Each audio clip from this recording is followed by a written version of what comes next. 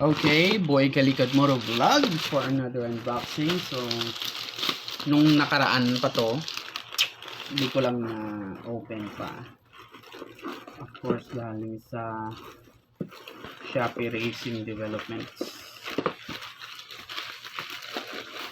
Okay, there we go. Yan. So, nag-order tayo ng car jumper. Pero, of course, subscribe naman kayo dyan. Dumami tayo dito.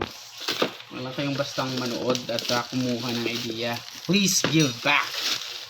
Alright, so, hit nyo yung subscribe, hit nyo yung notification button. Libre lang naman yan mga pare ko. Okay? So, like this video, subscribe, hit the notification button para ma-inform kayo at ma-notify kayo sa mga marami pa nating unboxing, DIYs, and motovlogs. Anyhow, there you have it. Maganda kasi makapal yung box niya. So, yan, suitable for various types of large and small cars.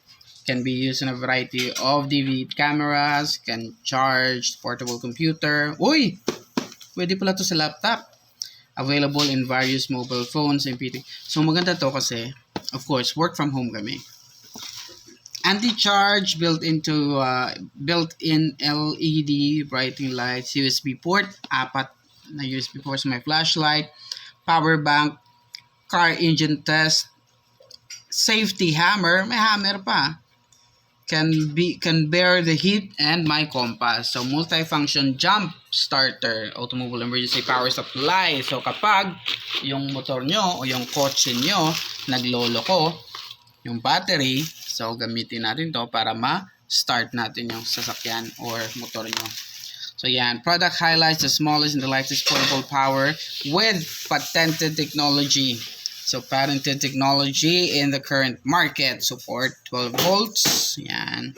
Jump start and charge for battery cell phones, PSP, MP3, P4, PDA, notebook, car refrigeration, and so on. So, yan yung mga pwede yang i-jump start. Yan. So, maganda ang box. Matibay. Buksan natin. Yan. Yan. And, oops. There you have it. So, meron tayong jumper, of course, na i-connect natin sa battery. Of course, pula sa positive at itim sa negative. Yon, may negative sign, minus sign, plus sign. Tapos, of course, ito, most likely dito. And it comes with a charger. Uy, maganda kasi maliit lang. Pwede ito sa laptop namin. Kasi yung laptop namin maliit lang yung charger. Meron siyang input na 100 to 220. Output niya is 18 volts.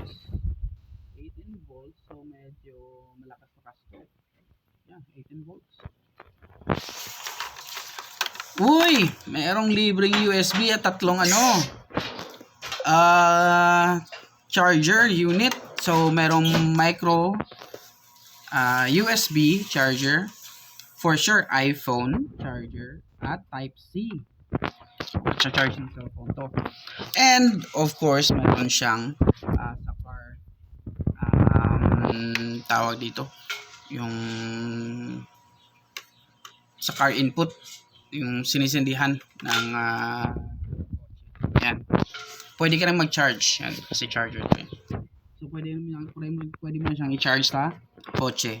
So, lagay mo dun sa plug-in ng plug ng kotse. Yan. At finally, itong unit natin. Yan. O, ito yung lang hammer. Pero parang manipis to. Masisira. I advise you not to use this. Parang mahina. Yan. Yun nga, may compass, oh. Talagang nalalaman ba niya kung saan yung north?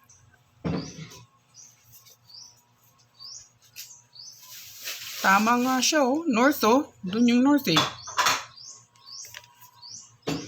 Oh, tama. North. Doon yung north. Ang galing, ah. High power plastic plastic.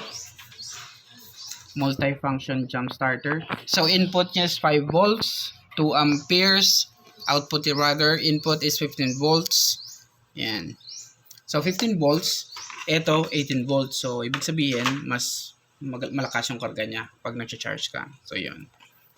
So it has 1, 2, 3, 4 LED lights. Let's try to turn it on. Naka-off. On. And then ito. Uy. So, i-on mo siya, tapos i-on mo dito. 12 volts, 16 volts, 19 volts. So, how should I turn on this? Yun, off, on. Ito pala, may manual. So, on natin, and then, let's on this, turn this on. So, input, ibig sabihin, mag-charge ka. Output, ito, input pala, ito mag-charge. Output, ito yung pupunta sa labas. So, ibig sabihin yan, ganito siya. Ito, malaki. Right? So, saksak ko dito. Ito, cover. Wait. Paano ba to?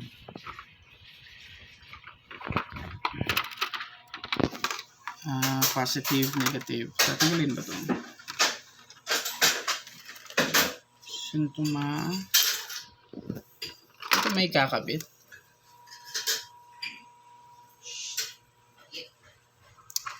Or dito. Yan. Pag nag-charge ka. Yan. Ito pala. Start engine. Yun. Yan. So, meron naman siyang, ito, yung flat na side. Yan, flat na side. So, para hindi ka magkamali.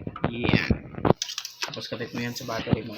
Tapos, you turn this, switch mo to sa on, you turn this on, automatically may power na. Mag-jump start siya. Right? Okay pa naman yung battery natin sa kotse. So, pinili ko lang to para as a backup. So, USB, alam niyo naman kung yung ang purpose ng USB, of course, to charge. So, ewan ko kung paano paganahin tong lights. Maybe I should long press the button. Yun nga. Long press.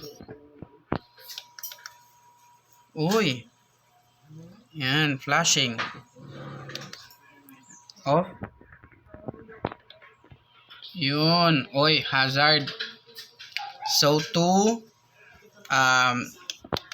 1 push. Yan. 2 push. 2 push. 1, 2, 3. 2, 3, 4. Paano ba to? Anyhow, may instruction naman. So, yan. Let's turn it off.